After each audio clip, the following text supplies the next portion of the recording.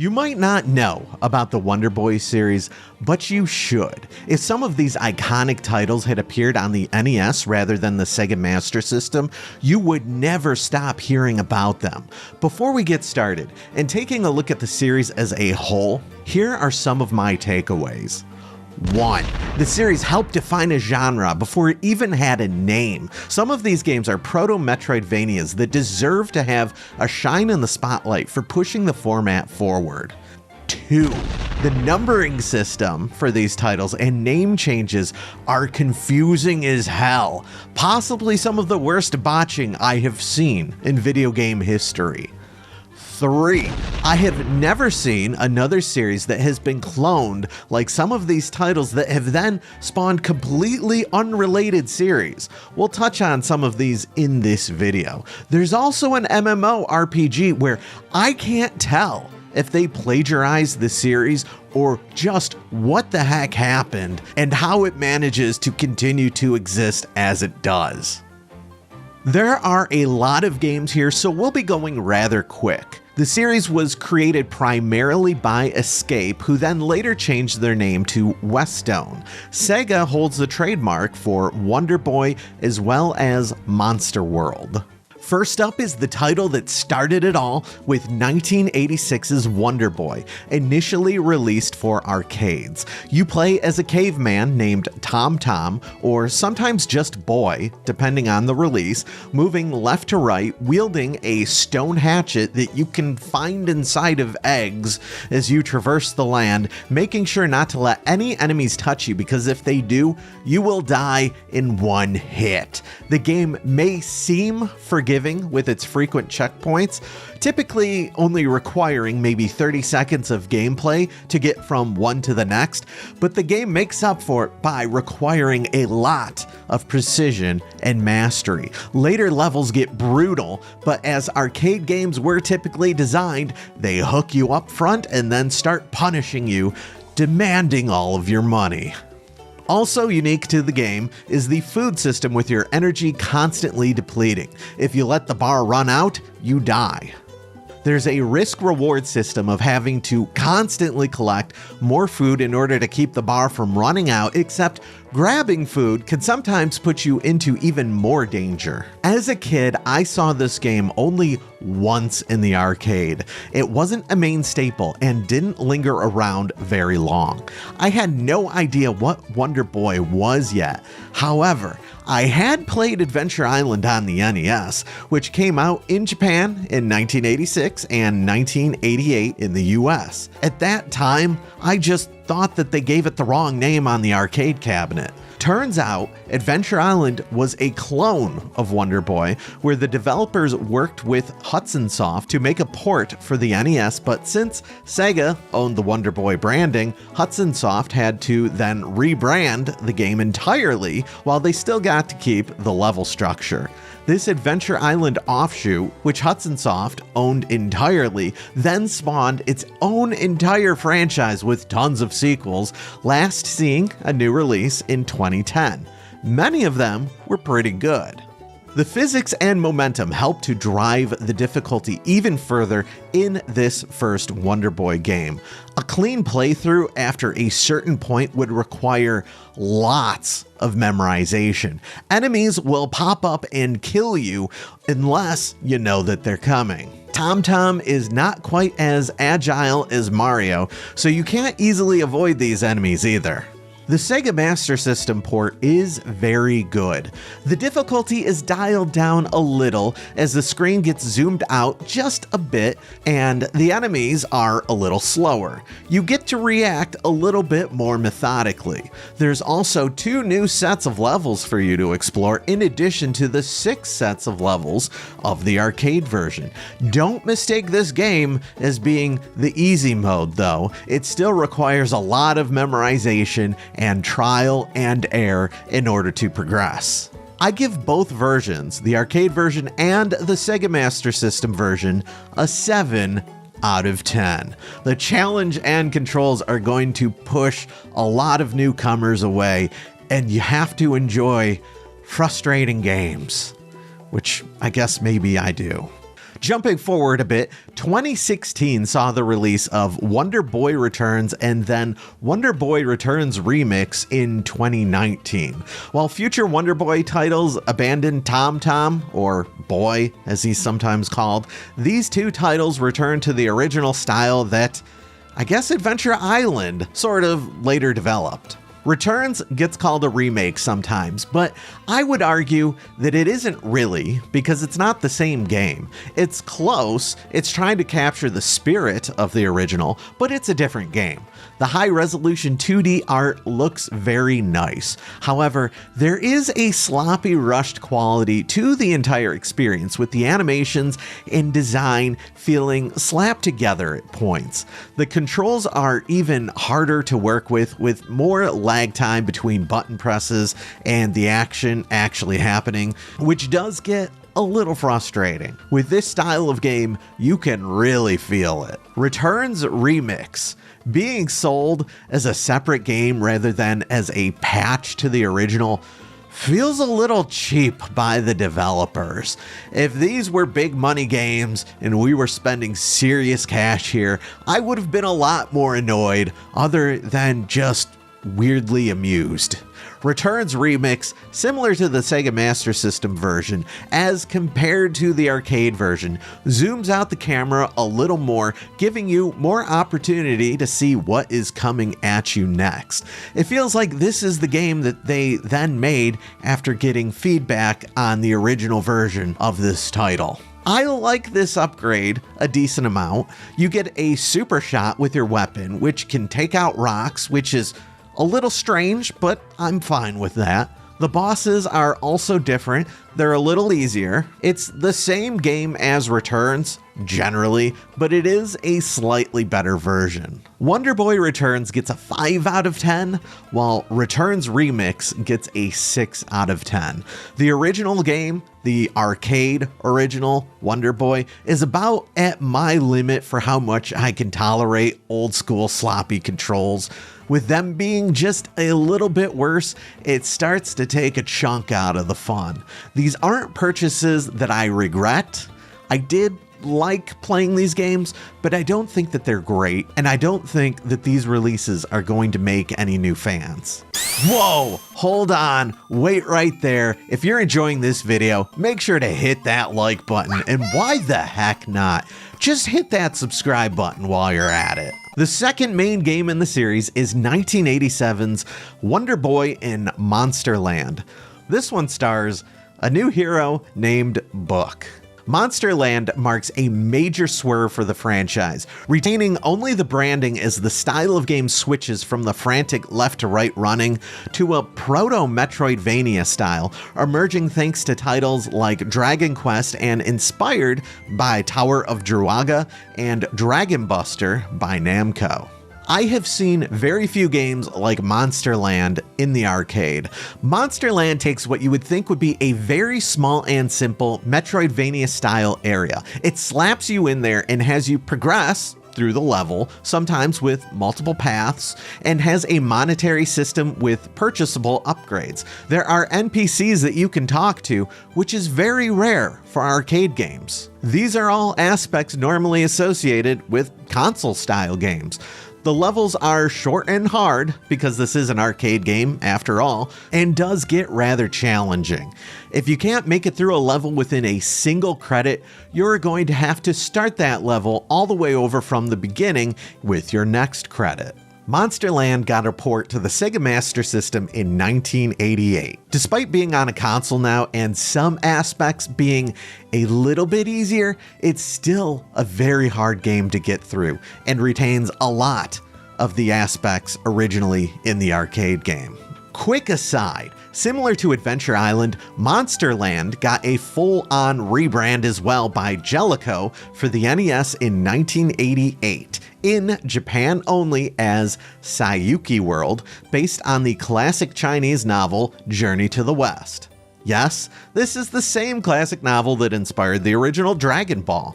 Saiyuki World got an NES sequel as well in 1990. This one did come out in English, renamed Whomp Em, with all of the Journey to the West references removed, sort of, and replaced with a Native American theme instead.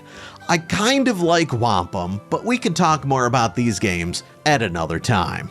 For Wonder Boy and Monsterland, as fascinating and significant as I find it, I don't actually like playing it very much. This game is designed to be near impossible through normal play, requiring you to memorize hidden secrets, routes, and money spawning locations in order to actually have a fair chance to progress through all of the levels and see your way to the end of the game.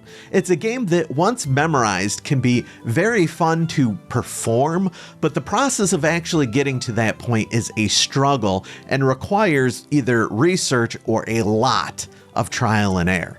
I respect the game, but I don't actually like playing it that much.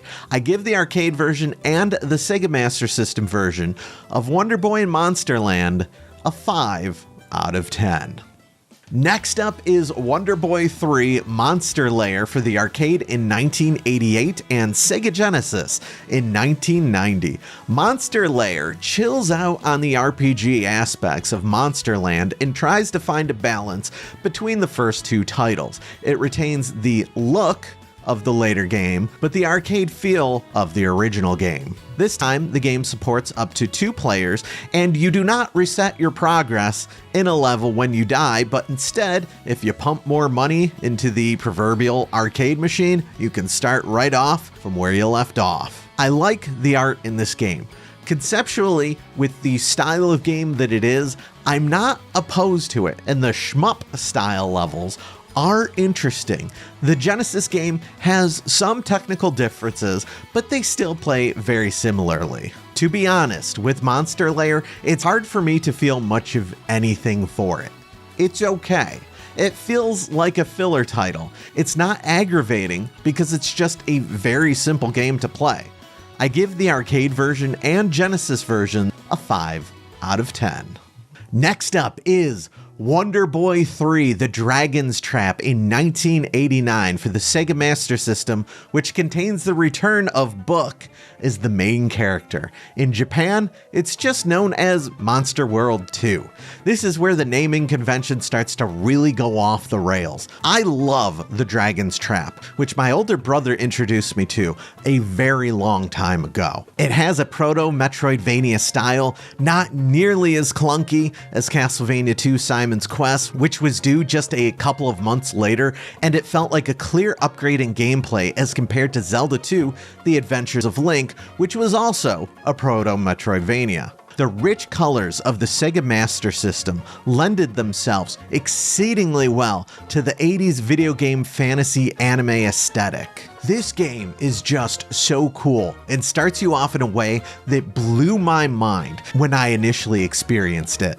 The opening area of the game starts you off buffed as hell and recreates the last area of Wonder Boy and Monsterland, including the drippings of a sci-fi twist in what is otherwise a pure fantasy title. You get to steamroll what was once incredibly hard as you get accustomed to the new controls. It turns out that at the end of Monsterland, you got completely screwed over with the premise of the game now that you've just been turned into a big lizard. You now find yourself in a small town filled with other animal characters as you work towards figuring out how to undo the curse and get yourself turned back into a human. As you progress through this light Metroidvania style game, you explore new areas, gain upgrades, and find yourself getting turned into other types of creatures, all with their own strengths and weaknesses that you must rely on in order to complete your adventure. The art, animation, music, feeling of progression, challenge, and mood are all just so spot on. I really love this game. In 2017, a great remake was made as well, titled Wonder Boy: The Dragon's Trap. From the ground up, they remade the original in a new engine that replicates the original, allowing you to switch back and forth between the old and new graphic style. The new art is beautiful. There are a couple of quality of life upgrades as well, such as no longer having to farm stones to have shops sell you new gear, and there is a new challenging area as well. The remake is spot on and exactly what it needed to be. Both the original Sega Master System version and remake get a 10 out of 10. Next up is Wonder Boy and Monster World, released for the Sega Genesis in 1991 in Japan and 1992 in the US. In Japan, the game is known as Wonder Boy 5 Monster World 3. Nice. Monster World 3, which we'll call it for short, is not immediately as gripping as The Dragon's Trap. When I first played this game, I felt a little bit disappointed. I thought the controls had taken a hit as compared to The Dragon's Trap, and that it must have been just a sloppy release. At that point, long ago, I didn't have the context of Wonder Boy in Monsterland, where your main character starts off feeling incredibly stiff until you're able to quickly buy upgrades, upgrading your momentum, giving you a shield, and so forth. The initial hook of this title is not as sharp, but once I gave it time, I realized that Monster World 3 was indeed definitely a game worth checking out. When I was young, I always wanted the town in Dragon's Trap to be more developed and be brought further to life. Monster World 3 makes strides in doing this, providing many more NPCs to interact with and pushing the world building up to the next level. Monster World 3 feels like it's shifting the franchise toward a purpose, building a closer connection to the previous games as well. The game stars a new hero, Xion, this time, and suggests that there may have been other heroes in the past that have saved Monster World as well. What I really like about this title is how it solidified the identity of the franchise. There are some extremely frustrating moments, and that does knock this title down just a little bit, particularly at the end, with the difficulty massively rocketing up. I would say that this game is not as moment by moment thrilling, but it is very good.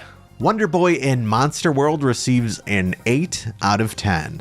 Next up is Monster World 4, released only in Japan for the Sega Genesis in 1994. It did not see an English release until much later in 2012, first on the Wii Virtual Console. It has thankfully been re-released many more times since then. Monster World 4 features another brand new adventurer, this time a girl named Asha. With female leading characters being much more rare at the time, it really just, for this series in general, it is refreshing and interesting to see the adventure through a new style of character. Also new to this title is that you have a pet that you can summon, named Pepe Logu, which allows you to glide and double jump.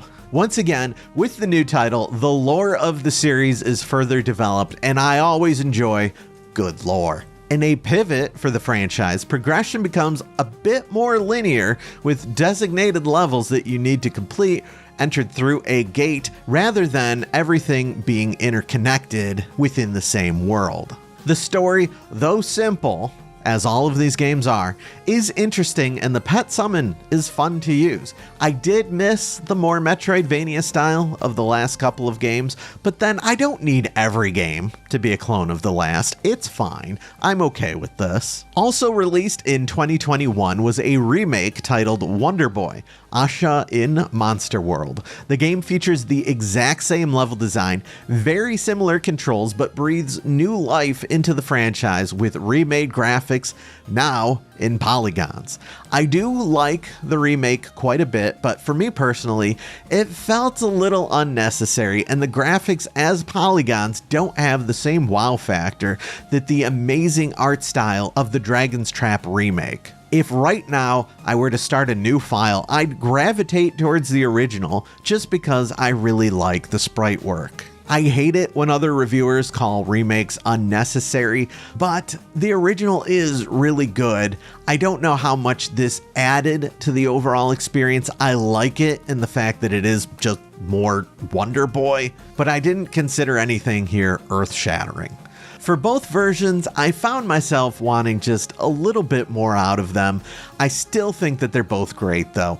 Both versions of Monster World get an 8 out of 10. Last but not least is Monster Boy and the Cursed Kingdom, released in 2018 for Nintendo Switch, PlayStation 4, and Xbox One. This time, the hero is Jin. The game's development is really nutty, initially starting off as a sequel to the little-known Flying Hamster game, initially titled Flying Hamster 2: Night of the Golden Seed. Unfortunately, for Flying Hamster fans, the sequel was canceled. After some subsequent partnering with other companies and getting original staff members on board, Monster Boy was announced. There was initially some confusion of whether or not this was supposed to be a true sequel or just a spiritual successor due to the lack of having the Wonder Boy name within the title, although it later became much more clear that this was indeed a sequel with direct references to previous games, the same nostalgic use of sound effects, and every aspect signaling that this was definitely the next game in the series. Unfortunately, for naming sanity sake, the developers did not get the Wonder Boy name, although Sega eventually did come to distribute the game anyway, and they own the Wonder Boy name, so just more strangeness. Monster Boy acts as a celebration of the game's past, recognizing just how iconic the Dragon's Trap was, borrowing heavy from that game, further borrowing from the additional complexity of Monster World 3, while subsequently pushing the series forward with a new level of polish never before seen in this franchise, jamming the game tight with secrets, as Metroidvania-style games have evolved over time. Monster Boy feels like it is bringing everything together, even recognizing the original Wonder Boy, which hardly feels like it is a part of the same franchise. I was blown away at what this video game eventually came to do. If you've enjoyed other Wonder Boy games, you owe it to yourself to check out Monster Boy and the Cursed Kingdom, which I give a 9 out of 10.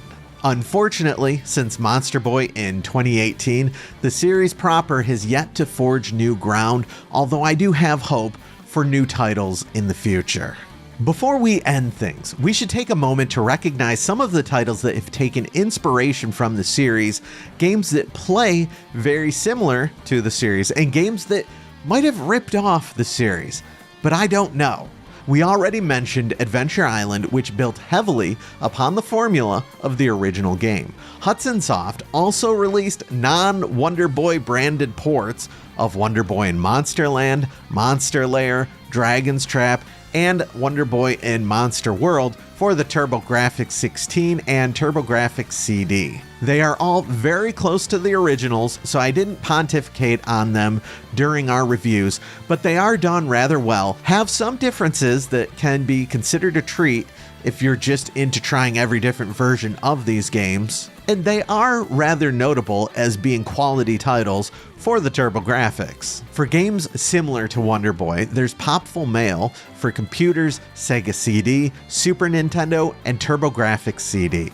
I would love to take a closer look at these games at some point. There's also been many arguments on just how inspired the Shantae series is of Wonder Boy. That's also a topic for another video at another time. Finally, we have to talk about MapleStory. MapleStory is a Korean MMORPG created by Wizit and published by Nexon, first made available in 2003 after the 2002 beta. It plays like a side-scrolling action-adventure game that seems to look very similar to, Wonder Boy. Is this a straight-up copy? It's actually really hard to say. The mystery runs deep on this one, particularly with the initial beta, which limited footage exists of. It appears that Wonder Boy may have been used as a framework, with areas, enemies, animations, and music all being very similar to content that you can find within the Wonder Boy titles. What's even stranger is that in China, the game happens to be known as Adventure Island Online, what Hudson called their clone legal clone of the original game. And even the logo of the Chinese version looks very similar to the American Adventure Island logo. This is all just really weird. Sega even published a spin-off game for the 3DS called MapleStory: The Girl's Fate in Japan. Their slight involvement there, where I can't find their stink on any other part, is just another weird aspect. I could not find any official link in my digging, but the similarities and coincidences scream that there has just got to be some type of story there sitting under the surface. Long story short, go play some Wonder Boy. Check out the Anniversary Collection for all modern systems if you want the biggest bang for your buck and the ability to see a version, at least, of every game, except for the most recent Monster Boy. If you want to wet your feet first with the best game that might be a little less expensive, check out Wonder Boy: The Dragon's Trap Remake, which is not a part of the Anniversary Collection. Then, once you're a fan, go play the rest, and then play Monster Boy. If you enjoyed this video, make sure that you subscribe for more great content. Let me know if you'd like me to cover any other series, and tell me, what is your favorite Wonder Boy game? What is your least favorite Wonder Boy game? Like this video, leave a comment, and I'll see you next time. Thanks for watching.